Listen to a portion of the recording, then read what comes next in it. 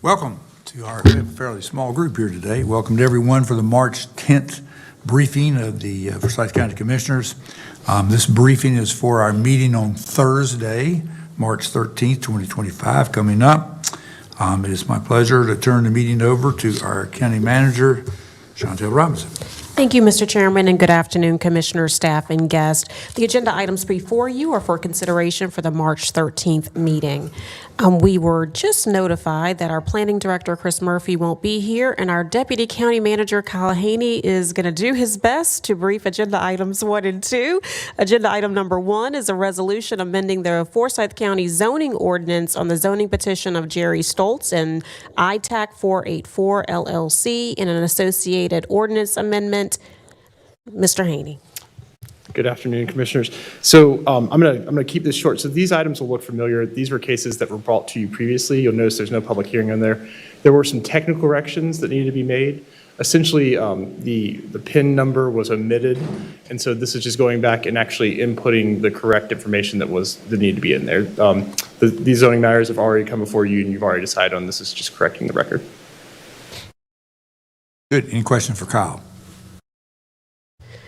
In agenda item number 2, I'm going to introduce it as well, Kyle, and it's a resolution amending the Forsyth County zoning ordinance on the zoning petition of Perimeter Point Properties LLC and an associated ordinance amendment.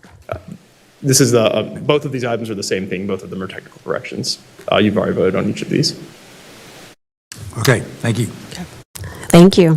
Agenda item number 3 is an ordinance ordering the Forsyth County Community and Economic Development Department to remove or demolish a structure unfit for human habitation and otherwise to effectuate the purpose of the Forsyth County Minimum Housing Code. Ashley Penley from our Community Economic Development Department will brief this item.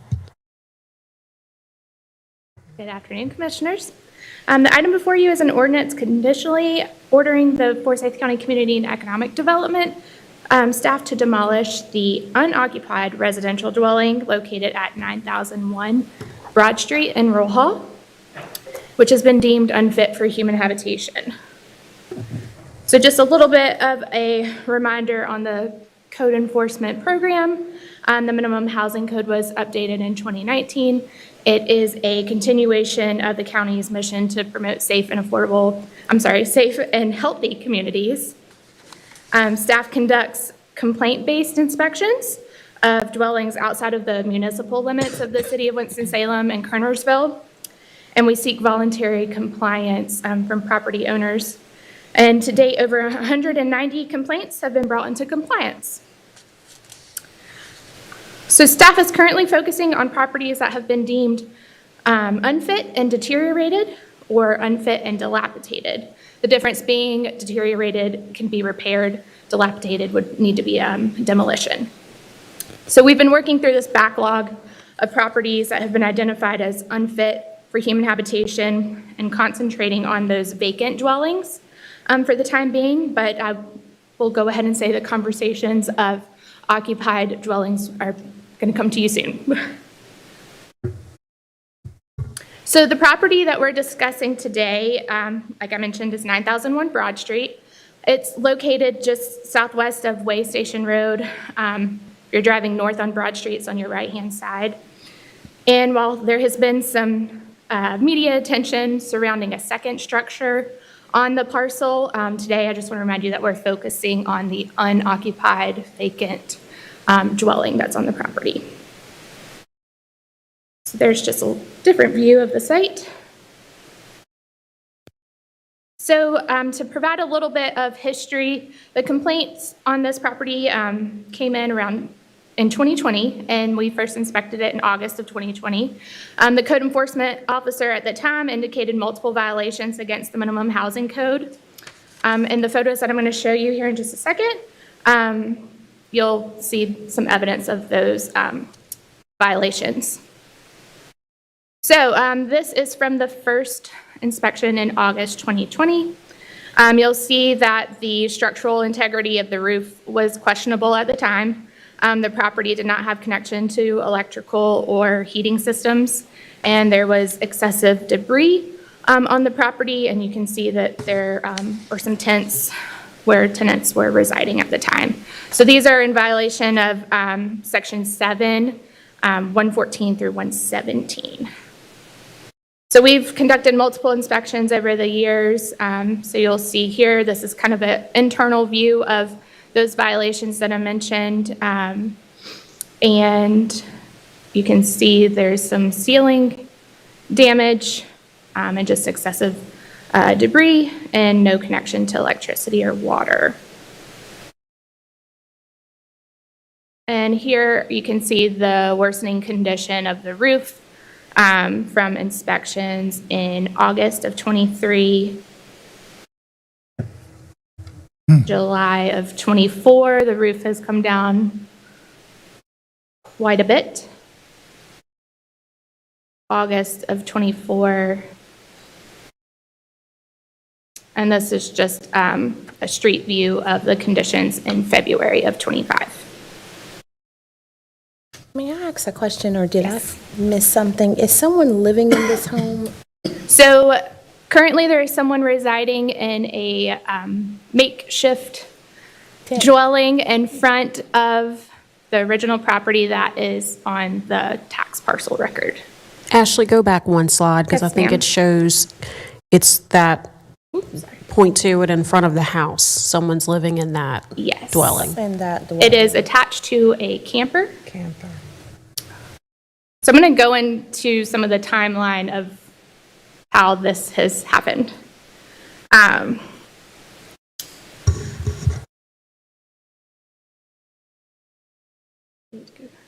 Okay.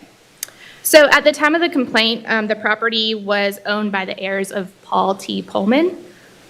We worked with the attorney's office to identify all the heirs of the property, and then identified that East Jeff LLC was a partial owner of an undivided interest in the property. So we notified representation from East Jeff. We conducted a hearing in September of 2023. Representation was present of East Jeff LLC. We determined that the dwelling was unfit for human habitation, and the repairs required to bring the home up to code exceeded 60% of the structure's value at the time, which was $6,200. So the housing administrator issued an order to demolish and filed a lis pendens in November of 2023. Each Jeff partial owner filed a notice of appeal against that order in November of 2023 as well. And just recently in February of 2025, we came to a consent order which East Jeff agreed to, accepting the conditions of the dwelling to be unfit for human habitation, and acknowledged that he now has a deadline to demolish the property himself by April 20th. So like I said, we're focusing on that first dwelling, not the one that is currently occupied.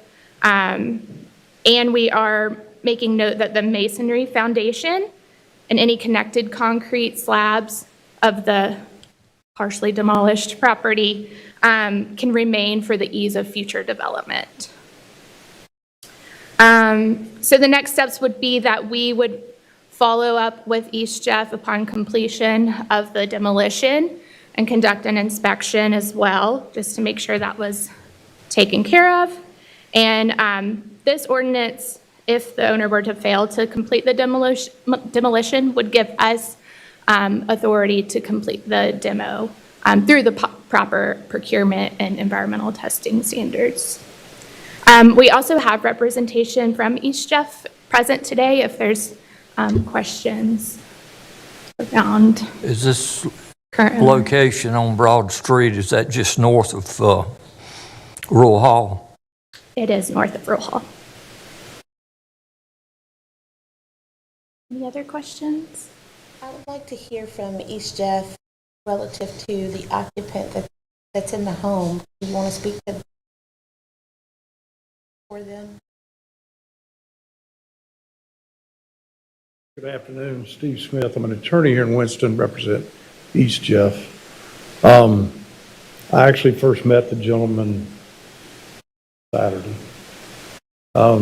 He's not in good shape right now because he got hit by a car out there in the road. He's in intensive care. We actually thought he passed. I think county everybody. We kept looking for death records. My company has owned 98% of it. The problem is the last 2%. We have to give him every right that's allowed under the state law to do that. We've gone through that. Right now, just to tell you where we are, is I went out and visited with them along with the gentleman in reference to taking the house down. Our hope was we could take the house down while we're waiting for him to be relocated. We can't do that because if you look at the pictures, it's too close. And he is slowly but surely taking down all the one side so it's actually hanging there. In other words, nobody that I know of is going to walk in it. And so we're trying to at least get it on the ground first, and we thought we could do that fairly quickly. The gentleman I've working with in reference to take it down is in the process of applying for a permit to take it down and whatever necessary by the county to take it down. Once we do that, at the same time, we have a parallel where the process took 18 months, way longer than it should have in reference to some time between hearings. However, we were trying to push it the entire time, and we finally got it so that it's final order. We've now sent in a request that we have to give 10 days notice. We sent it last Tuesday. At that particular point, the gentleman, and there's a lady there too. She says wife, but is not his wife. And at that particular point, once it's the 10 days, we're going to request the clerk give us a writ, and the writ will then be served like a normal summary ejectment writ by the sheriff. So at that particular point, hopefully we're a few weeks out. I explained to the gentleman that there's places that would help them. They did get funds from the process, but he's been served with everything. He never appeared for anything and that kind of thing. It just took 18 months to do it. We would have liked it to have been a shorter time frame, but we have to follow everything that's required. So my concern, and it's me, it's not the board, my concern is possibly making someone homeless. And that's a concern for me. So it doesn't sound like there's a clear plan when this happens that they're going to go somewhere. As was pointed out, there's been news accounts of 2 or 3, I think, on the Sunday front page. The gentleman doesn't want to leave, and the problem is we have on behalf of our client, we're moving forward in the process to leave. That's why when I saw him, I advised him there's places that would be happy to do that. There were a lot of people that commented. I was hoping maybe some of those folks that commented that drive by this every day would help to maybe offer spots. But I mean, the city and counties have places to help them. They just right now don't want to leave. And so we're giving them every opportunity. Matter of fact, I'll be honest with you, the clerk has given them more opportunity than was necessary, but we followed along to allow that. And you'll see we've agreed that we've signed an agreement that it should come down. We thought it should come down a long time ago, but we couldn't get on the property to do it because it's so close to. He's not actually residing, I don't think, in the wooden part. He's residing in the little pull behind trailer thing there. I think he just stores stuff in the front end of it, but it's so close it would be dangerous if we got to take it down. It went that way. That was helpful. Couple of follow-ups. Does he in fact still own a 2% interest in the property as a whole? Yes. Was that extinguished by court? It was put up for auction during a petition to partition proceeding, which I said took 18 months. And it was put up, it was bid, it was an upset bid, and my client ultimately ended up. Did he receive any of the proceeds? Sorry? Did he receive any of the proceeds for that? Yes, he did. It's a matter of public record, but he received some of the proceeds. Sadly, what happened is because of the extended time frame and the cost for a guardian ad litem and everything else that had to be done, notice of hearings and everything for a long period of time, some of that was eaten up by the process, both with our client that had to pay and him who had to pay. They both had to pay a percentage of that cost. So 2% of those costs, ultimately, he had. It was 148, I rounded to 2. 148 of it. Any other questions? Question for our attorney. Mr. Attorney, in a situation like this, it seems like someone lives on the property. In the event that this board call for the action for it to be removed, then what would take, if somebody is still on property at a dwelling, then what takes place? I mean, before something's got to take place, but what would it be? There would need to be an eviction proceeding, and I understand that East Jeff may be either in the process of doing that or will do it shortly, but there would have to be an eviction process to get the gentleman and the woman off the property. If I could, it's handled just like somebody ejectment eviction, but a different process. We have to file different papers. But ultimately, the writ would serve as the same writ that we have. Somebody.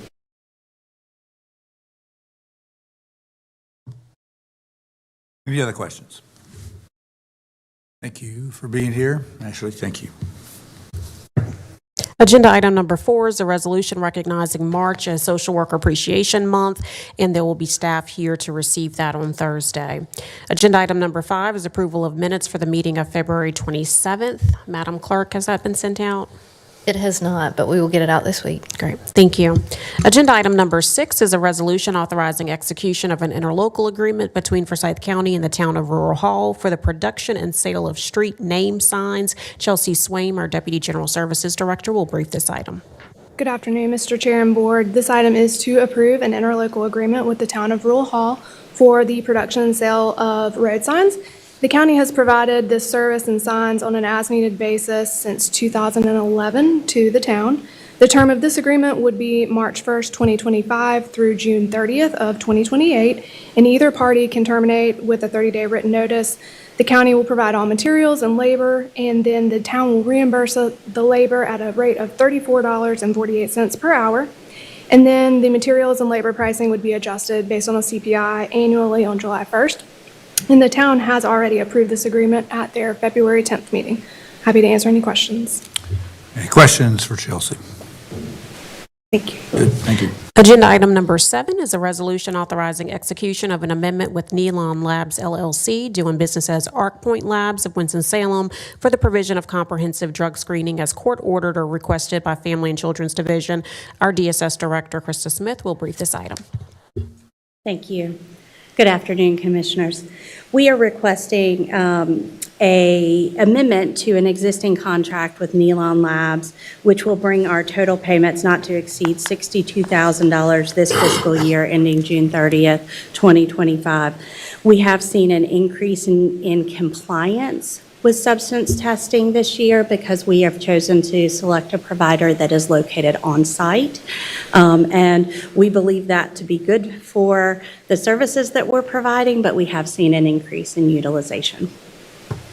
Is this the third increase? The second Second increase. Yes. That's what, okay, second increase. Second But increase. It's basically had a budget, increased it twice. This is Correct. now the fourth action relative to it. Budget increased, I think. Maybe it's increased- just the third, I think it's just the third. but it's still, but well, obviously that's the cost they're mounting on that with it. I mean, it's convenient. I'm kind of curious, aren't these are court-ordered screenings?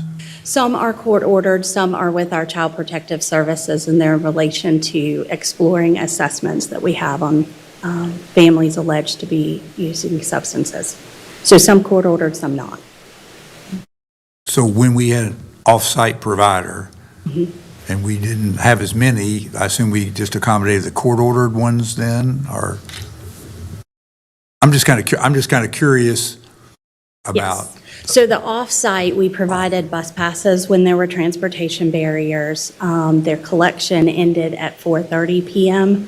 And so we did not see as many people in compliance. The court dealt with the non-compliant court-ordered ones in court. Okay, I got it. Any other questions for? Good, thank you. Thank you. Agenda item number 8 is a resolution accepting the highest offer to purchase county-owned real property by negotiated offer, advertisement, and upset bids procedure, a 3.5-acre portion of 5580 Sturmer Park Circle. Kirby Robinson, our Community Economic Development Director, will brief this item. Thank you, Madam Manager. Good afternoon, Mr. Chairman and Board. Appreciate the opportunity to bring these items before you today. As quick background, the board will recall that in April 2015, a previous board had directed the county manager to solicit offers for roughly 6 acres of the Sturmer Park Circle property. No offers were received during that RFP timeline, but the board did take official action at that time to declare that portion of the property surplus, and then programmed in the expected proceeds from the sale into the Caladium Museum CPO. You know, to orient you to the property, the name Sturmer Park Circle is a little misleading, and I'll just say that this is the road here. This is Sturmer Park Circle. The actual Sturmer Park area is kind of off to the left here. So this is Chatelawn, this is University, Target is to the south here. This is the old Springwood Nursing Home where ARCA is. ARCA leases and maintains the Sturmer Park property there. Animal Services, William Home, and Old Youth Detention Center. The developable portion of the property is roughly 9 acres. So this area bounded by Sturmer Park Circle, Chatelawn, and University is roughly 9 acres. Very high annual average daily traffic counts coming through the area, especially off of University. If someone were to want to develop the property, minimal site work and grading would be required. It's got a gentle slope to it. In terms of governmental approvals, the property would need to be rezoned. It would be a less than 10-acre sale, so it would have to go through the subdivision process. You'd have to study a driveway turn-in, do some traffic studies. There's a fair amount of sort of study type of due diligence work that would need to be done. This picture of the property, Youth Detention Center, the old Youth Detention Center is off to the right here, University's to my back, Target's down here to the left. So the board received an offer on 3.5 acres of the property, and you can see that highlighted on your map there. An amount of $3 million from VNC Land Company, LLC. They're proposing to develop the property as a fuel station, restaurant, and other potential retail uses. A couple of terms of that offer. The buyer has obviously said they would be compliant with the relevant statute. Proposed a 6-month due diligence period with the potential for one 60-day extension. That's when the majority of that work would happen. You got your environmental stuff, you got your geotechnical, you got a lot of different things that have to happen in that due diligence period. That's why it's a little bit extended. Earnest money is 5%. That's non-refundable after the buyer obtains rezoning and site plan approval. That's essentially after due diligence. After due diligence expires, that 5% is non-refundable. There is then a 90-day permitting period with the potential for one 30-day extension. Closing would be 30 days after the permitting period expires. And I'll say there are no other fees or commissions due from the county. So beyond the cost of sale, when you go to close it, there's no brokerage commissions, there's nothing like that. That's essentially a cash payment to the county. Quick analysis, according to the tax department, the value of the undeveloped area is roughly $16 to $19 a square foot. The more valuable land is clearly located on the corner of University and Chatelawn there. Based on that, the buyer's offer appears to be fair market value. It's roughly $19.67 a square foot. Those other terms of sale have been negotiated by staff and appear to be reasonable based on similar past transactions. Buyer deposited $150,000 with the clerk to the board. No upset bids were received within the 10-day period. And again, the sale of the property will not interfere with the existing Sturmer Park property. There's, some picnic tables and little grills there. That's leased to ARCA. And then at the board's direction, staff is studying sort of other outdoor recreation uses for the area beyond that 3.5 acre subject property. Now, I'll quickly note that the buyer, VNC Land Company, has offered to be at the board's meeting on Thursday. I think they'd like, if it's okay with the board, to do a quick presentation on what their planned use is there, show you a little information on what the end user could be. So at the board's pleasure, we can certainly have them come in and do that. And I appreciate their offer to be here as well. I'm happy to answer any questions the board has. Questions for Kirby? I, for one, would like to see the presentation of planned uses. I mean, it's a busy intersection, a lot of stuff going on. Just kind of curious their thinking of what it would be and how it's different or better, or kind of the idea. I think that would be informative. Absolutely. I think what you would see is kind of the idea and what the end user, who that would be. It probably won't have a site plan or anything like that, but it'd be here's the use, here's what that would look like. Not necessarily how it lays out on the property yet, because you haven't gone through those studies, but a general idea, yes, sir. That would be helpful. Yes, sir. So, with the general use, though, would they be able to kind of tell us what type of traffic that they're looking to see in that particular area? So if it's a gas station, I mean, how many folks are you trying to? That's a great question. I would assume they know that. I mean, that would have to be programmed into their idea around the offer they've made to the board. Yes. And so I would assume that they'll speak to that a little bit. I'm sure they're watching this today, and we'll hear that question. Okay, thank you. Yes, ma'am. Any other questions? It's good. Thank you. Agenda item number 9 is Kirby's as well. It's a resolution accepting real property located at 2050 Big House Gaines Boulevard from Family Services. Thank you. Commissioners, as background on this item, in 1992, the county conveyed its interest in the Big House Gaines property to Family Services. This is on your map here. This is Big House Gaines. It's New Walkertown up here. This is a 5.36 acre property. That deed contained a reversionary clause, and essentially what that said is that should Family Services not use the property for nonprofit public uses or for purposes outlined in their articles of incorporation, that property would revert to the county, and that's where we are today. Family Services moved out in January of 2024. We became aware of that around August of 24. And so that's sort of the item the board is considering now, is to accept that property back from Family Services. And a little kind of demographics on the site here. Again, 5-acre site. There are 2 buildings here. This is the old, I think it's Skyland Elementary. Yep. You got two buildings, really, 41,000 square feet in total. Here's the main older portion, and I believe this is an annex. I believe this is a newer portion here. The tax value, and again, this is non-taxable property, but it's listed as $1.7 million on the tax rolls. When we learned that the property was headed in our direction, General Services completed a facility condition assessment last December. They recommended, based on the results of that study, that the facilities be demolished due to their current condition and related safety risks. They noted substantial deferred maintenance, a lot of roof leaks, and there were some structural concerns as well. In talking to Family Services, they went through much of the same analysis when they were planning on exiting the property, and I think made the same determination that it just costs a lot to repair, and that's what was a little bit of the impetus for their move. And then after that facility condition assessment, I believe General Services went back in the same month to confirm some information, and there had been a fire inside the main facility there. You can't really tell from the exterior of the facility, but the inside has a substantial amount of fire damage. Renovation costs, if you were to restore it to like a new property, would be $20–25 million, is what General Services estimates, and demolition is estimated to be $350,000. A couple of pictures. Again, this is the annex. This is the main facility. This is where the unreported fire was. This is a gym area. And turning around here, Big House Gaines is to my back. This is the main facility, and the annex facility is to the left. On the left side here is a picture of the inside and the fire damage, and on the right is examples of the structural deterioration. This was a basement area that you can tell General Services didn't go too far into that one because it's starting to crack and fall away. Second floor of the main facility here, a lot of that drop ceiling has fallen down because of the fire damage. So if approved by the board, again, this resolution will transfer ownership of the property back to the county.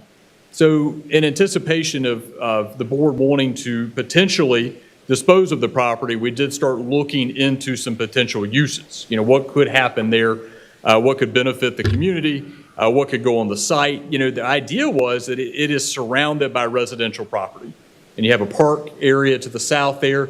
It lends itself well if the facility wasn't restored to a potential residential development. Planning did look at the site and said, and again, these are conceptual drawings, that you could do a PRD, get roughly 15 lots there. They'd be small and narrow lots, or a minor subdivision could lend roughly 7 lots. If the board did want to sell the property, a couple of considerations there. The cost of demolition will obviously negatively impact the sales price. The challenge there is you have a land value less than the demo cost. I think that's a challenge. Roughly half of the property is developable, so 50%, and you can see that here. The topography drops off at the southern end of the property, and it will need to be rezoned if the use changes. So where you are now is the deeds in front of you to accept the property back, and then at your direction we can proceed in investigating potential alternative uses. Happy to answer any questions the board has. I've got one question. Obviously, the fire took place after the building was vacated. Yes, sir. And I'm just kind of curious about the sort of this reversionary clause anyway, in a sense.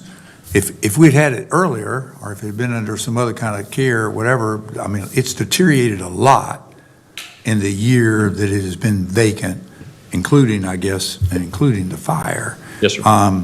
So what could have had some value lost its value. Because my memory is that there was an elevator in that building. I mean, it had been remodeled in probably the 90s, easily 90s, because I was probably in that building several times when it was a Head Start, Family Services facility, Head Start classroom, and they had offices, and I remember riding an elevator that was new, pretty new, and that was, I mean, those aren't cheap. And so it's not, those pictures would not depict anywhere close to what I remember the thing looking like. It had carpeted and had hardwood floors and I mean, it was, I'm just surprised, and I'm kind of thinking about sort of a technical issue in terms of whether reverting back, if it had some more value, it would have made a little more sense in that regard. A couple of quick thoughts. I agree. It reminded me a little bit of Cyworks in the sense that there are parts of the building that are not terrible. There are parts there that are usable. There are, according to General Services, some significant issues that are hard to fix, like the structure of the facility, the roof, and now then you add this fire issue. So I think part of the challenge was we didn't know that the building was vacant for some time. Then there was a legal process that they had to unwind to get full ownership back to Family Services. And I won't try to opine on that because I would probably misstate it. But we did essentially for 4 or 5 months say, we want to get out here. This is heading towards the board's direction. We need to see what we're dealing with. When we did go out there before the holiday, we advised Family Services at the time to secure the building. A lot of the fire extinguishers inside had been set off, and there was some vagrancy happening there. There were issues that we specifically addressed with them, and then the fire happened after that. So how that happened, I don't know, but I agree. You had deterioration while it was vacant, and then you had sort of that larger issue in terms of the fire. And the other thing I would add is they did do a facility assessment a few years ago prior to them vacating the building that they sent to us in August. And regardless, even prior to the fire, the reason they vacated is because it needed millions of dollars worth of renovation. So we were never getting it back in great shape, but certainly the fire has made it even worse. And the reversionary clause means we have to take it back? I've asked that question several times. I'm going to look at the attorney again. Well, we have, short answer is no, but we have property rights in it, and we could transfer those property rights to somebody else. But I can explain what happened if you want. It is a convoluted story, but I was on the Family Services Board for 14 years, chaired twice. But basically what they did was, it was an abandoned school, and so the right of first refusal comes to you, the Board of Commissioners, and it ended up going to Family Services. We deeded it over to Family Services to be Head Start program. It was a Head Start program, as the chair indicated, for several decades. And what they did was, when they gained ownership of it, Family Services, they're pretty smart. They deeded it to Winston-Salem Foundation. And so then Winston-Salem Foundation gave the right to Family Services to occupy it. That counted as their local match, which is, I believe, is a 20% match is required by the federal Head Start program. And so that's why it was owned by Winston-Salem Foundation. And so unfortunately, when they deeded it over, this was, I think, early 90s, when they deeded it to Winston-Salem Foundation, they didn't include anything about the underlying deed coming with the reversionary clause. And so when they abandoned it, when Family Services abandoned it, being like the rest of the world, they gave notice to the city of Winston-Salem instead of Forsyth County. And so that's why we didn't know about it. And so Winston-Salem Foundation, they just thought it went back to Family Services. They didn't know anything about the county's reversionary claim. So that's a long-winded way of saying that, you know, when I looked at it, we did have a reversionary interest in it. Since we do have a property interest in it, we need to do something with that property interest. My understanding is that, well, I know this, that staff has been looking into who might be a willing purchaser of this property and what use they might put to it. But that presumably will be the next step down the line. I don't think, manager can correct me, but I don't think anyone has plans for the county to own this long-term. The manager does not unless the board chooses to. And Kirby can talk a little bit about kind of the feelers he's been placing, maybe without specific names, but just what we think we may be able to do with this property. Yes, ma'am. Before you say that, is there a lot of that land in floodplain designation? Where that It blue- really slopes down. And that blue area. I kind of remember it, yeah, so the blue area is floodplain? That's about, yes, sir, and that's the 50% you can't really do a whole lot with. Yeah, so, okay, go ahead. Yeah, Sorry. yes, sir. So, you know, obviously there's a housing stock issue in Winston-Salem. And just looking at the, you know, what's around this? Well, residential lots and park and greenway. And those two things kind of lend itself to say, you know, this could make an interesting residential development. We, in general, and you know, the past county has not developed property like that, but we've reached out to folks that do. You know, best case scenario out there right now, you might be able to break even on this, and somebody for the cost of demolition might essentially take the property if you're interested in that. That's sort of what I've heard right now. I don't have anything in hand, but you know, kind of my message to folks is, you know, the board's going to provide some direction on what they would want to do with this, and based on that, we could accelerate those efforts. And in full disclosure, I had reached out to the city manager, since they do have some housing development funds for affordable housing, to say, hey, we may have this land opportunity if you have funds for housing development. He hasn't really responded definitively because, again, it's a challenging site, but just we've been trying to put some feelers out on ways to utilize the land. Which school was this at some point? Skyland, I believe. Okay. I know what you're talking about. Skyland? How big how much land there is in the whole thing? 5.3 acres is the whole parcel there that you see right here. And so about 50% of that you can build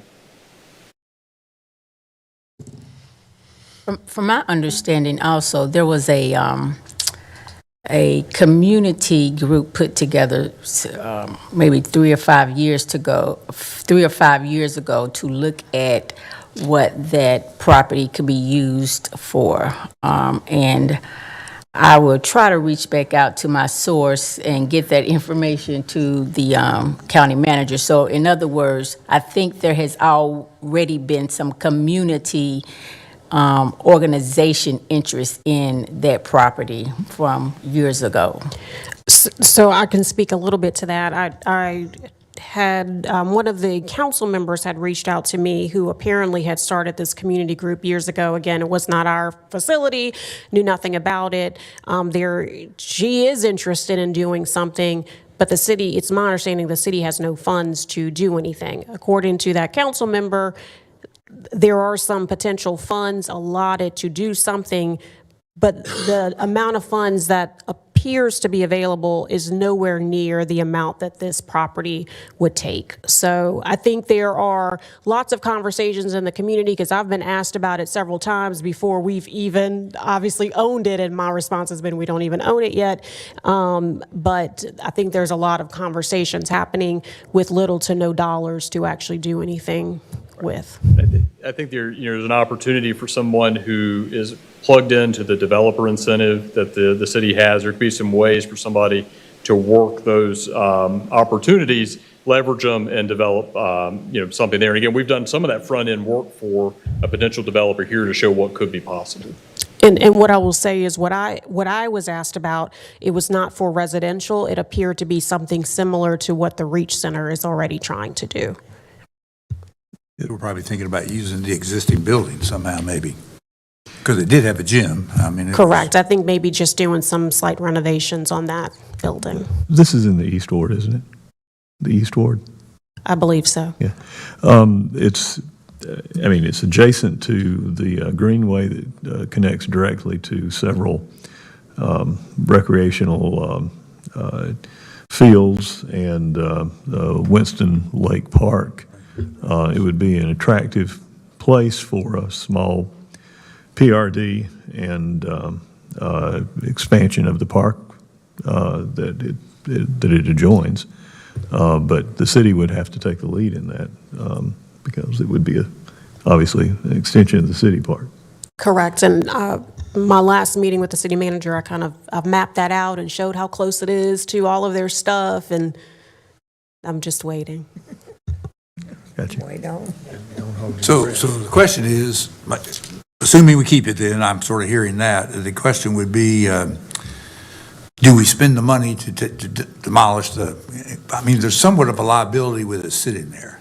I mean, I can see people breaking, kids or whatever, and you got a 2-story, you got all that stuff. I can see some real potential for liabilities in it. So, but to spend $350,000 with sounds to me like there's no real, not so sure we'll get reimbursed anytime soon.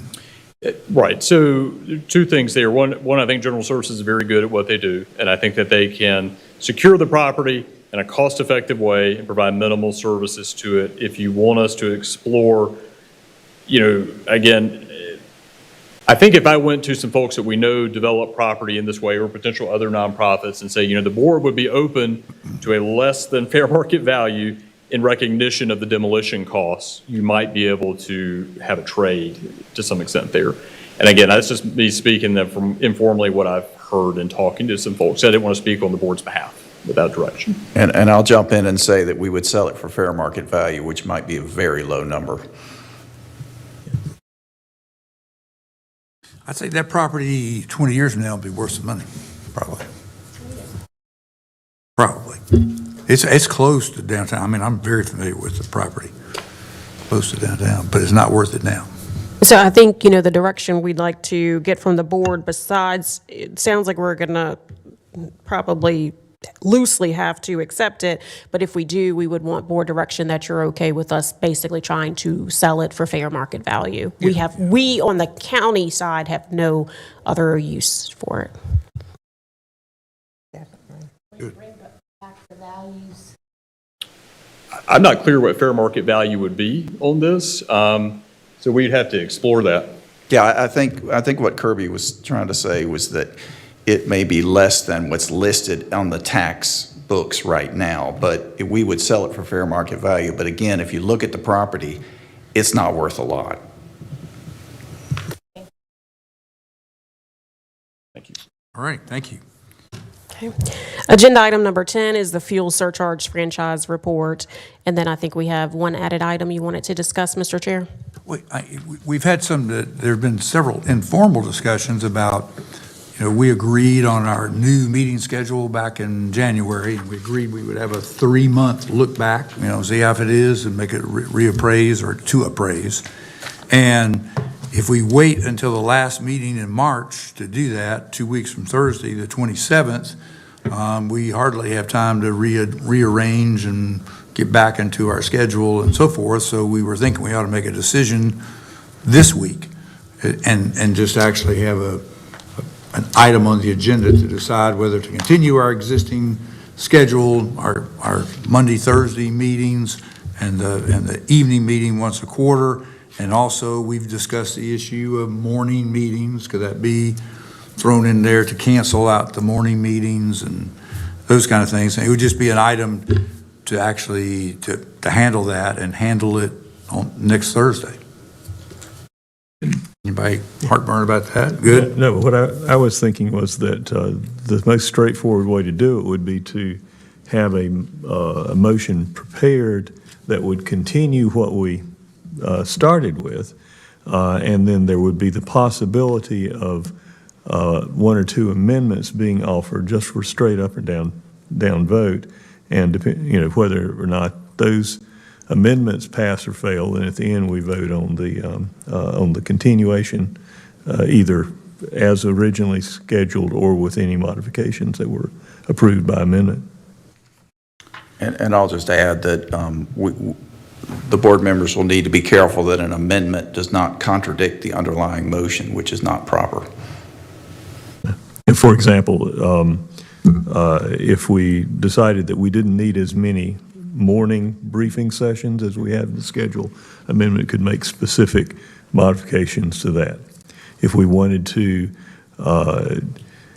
eliminate the quarterly night meeting, that could be an amendment. If we wanted to make night meetings monthly, that could be an amendment.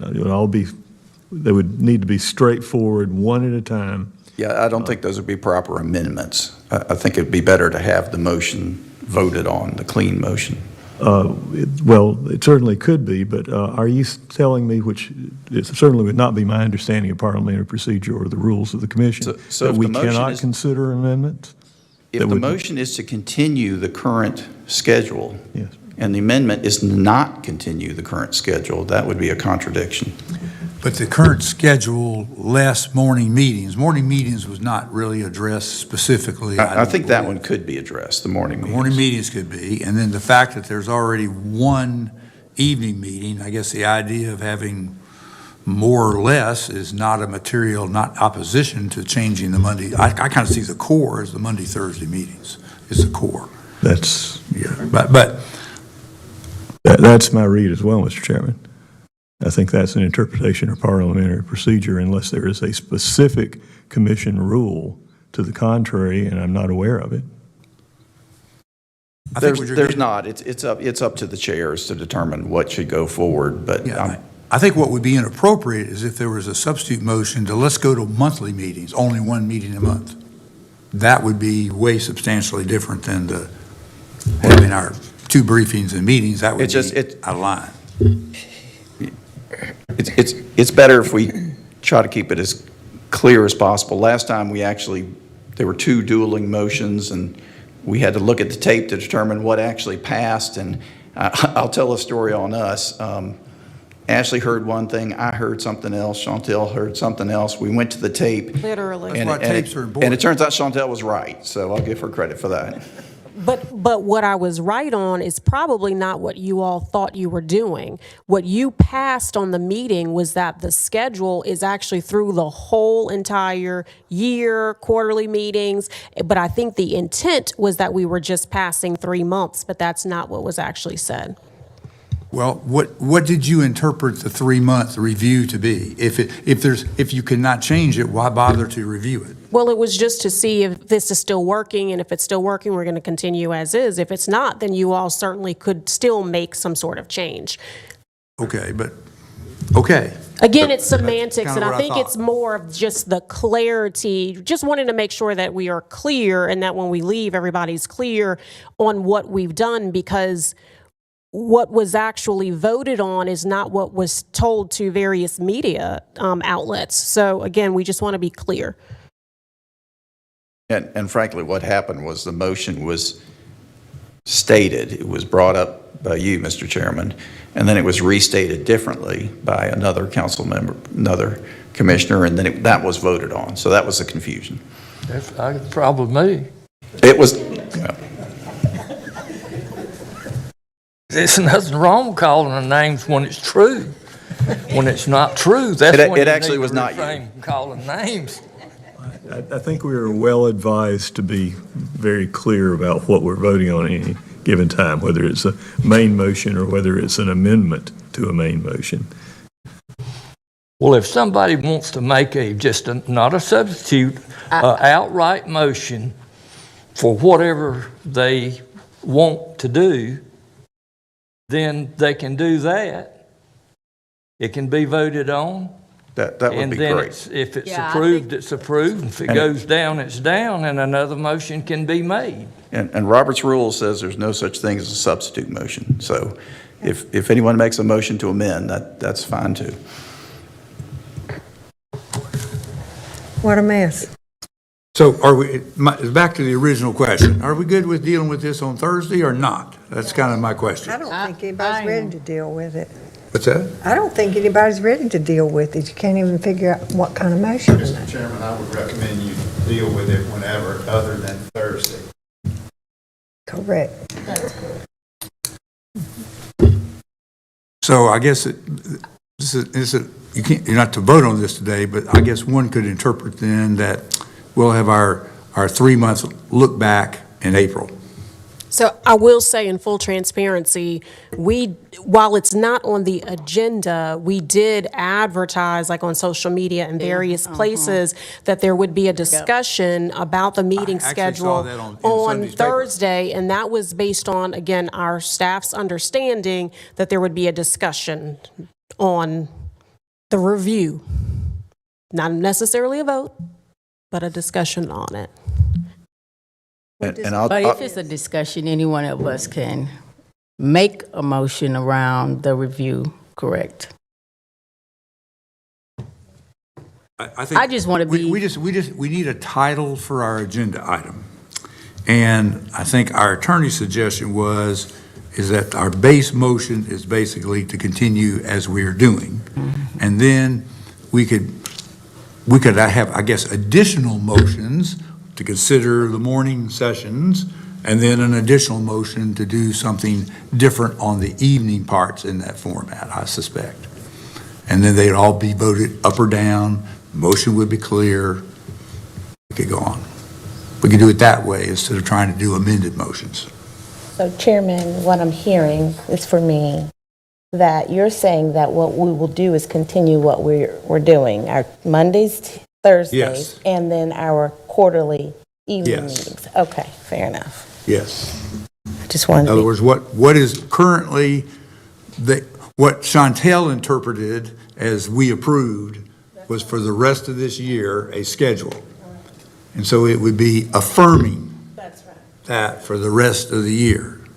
And then if we want to consider changes, we did open the door to review.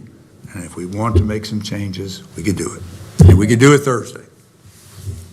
So We're good? do you want us to have an agenda item to discuss the meeting schedule on Thursday?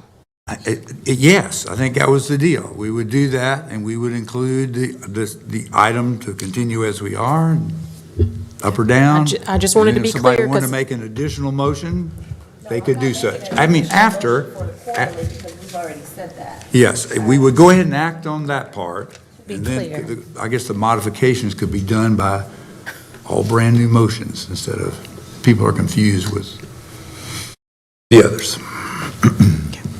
Got it. Thank you. We good? Good. All righty.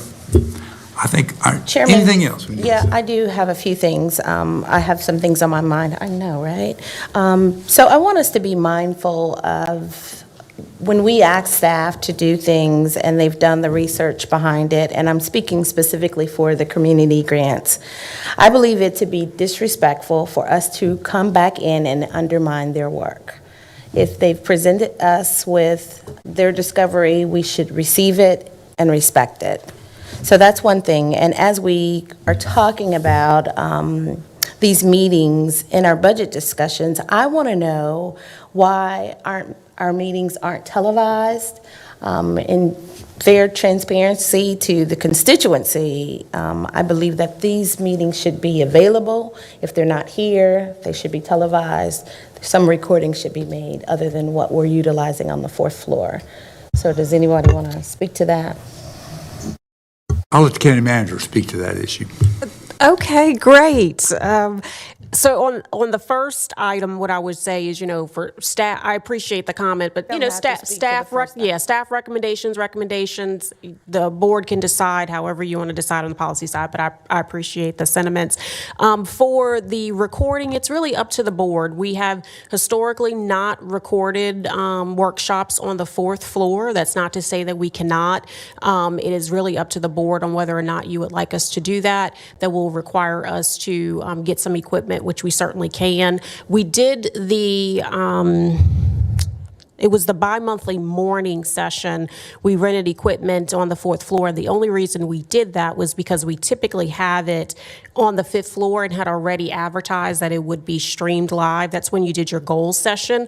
But for anything else on the fourth floor, we've historically not done that, but that is certainly something we can do. So if it's the pleasure of the board, our communications team asks me almost every single day, do you want it recorded? So they're happy to do it. You just need to let us know and whether you want it recorded or not, and we can certainly push that out to the public. So just out of curiosity, what kind of money are we talking, what kind of equipment is required for us to be able to stream from there? It's about $5,000. It's about $5,000. And if we're talking about budget, I mean, we've had those budget discussions in this room. So we have had some budget discussions in this room, but it's only been after the public hearing. So the conversations in this room have historically been after the public hearings. All of the other kind of budget workshops have been on the fourth floor. Again, so it's From having the meeting in this room, those budget discussions, what keeps us from having it here? You can have it in this room. It's totally up to you. I think that it's just the fourth floor seems more conducive to kind of conversations. It's more of a, round table. It's a little bit different dynamic, I would say, but it's, again, totally up to the board on how you would like to handle. I'm just looking at this lobby or the area. You can push back those tables. If you want a conversation, we put round square tables around and you set up the same way that you have. But again, the audio and all of that is there for the public to be able to witness. In the fourth floor or in here? Oh, we would not, we would have the same However you do it, challenges, yeah. you would have to stay at the DS, just the way that the technology works. However we need to do it, I just think that we need to think that through. Yeah, so it's up to the board if you want to be in here. Again, we're happy to do it on the fourth floor. I think that that's an investment at some point we need to do anyways. Communications would love that out in the field regardless. You just let us know how you'd like to handle. I think for a work session type meeting, the fourth floor is more appropriate. And I agree, televising is a good thing, and just streaming it available and have it available. And I guess if it costs $5,000, that's the cost of doing business. And maybe that could be placed in next year's budget. And it's a one-time cost. I mean, once we have it, we're good. Yeah, I think this is not the particularly place to have great discussions, by the way. In fact, sitting here, you're like in the middle of a ping pong table. It needs to happen before the public. That's the emphasis of my conversation. I agree with you. So I said the cost of doing business is, let's do it. We should be able to meet in a more conducive setting in this building. If it costs $5,000, then we do it. So can I just get a consensus for our April budget workshop? We're going to have it recorded in some manner, whether it's live or published after, for starting April budget workshop on the fourth floor. Sounds like a plan. Okay, I saw at least 4. Okay, thank you. All righty, I'm going to say we're adjourned because we need to go on.